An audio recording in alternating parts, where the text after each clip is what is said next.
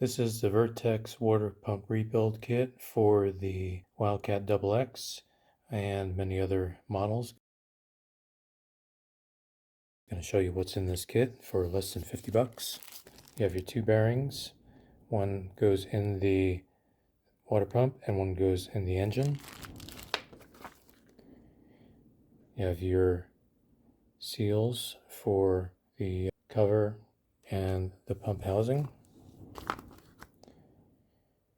Here's your oil seal.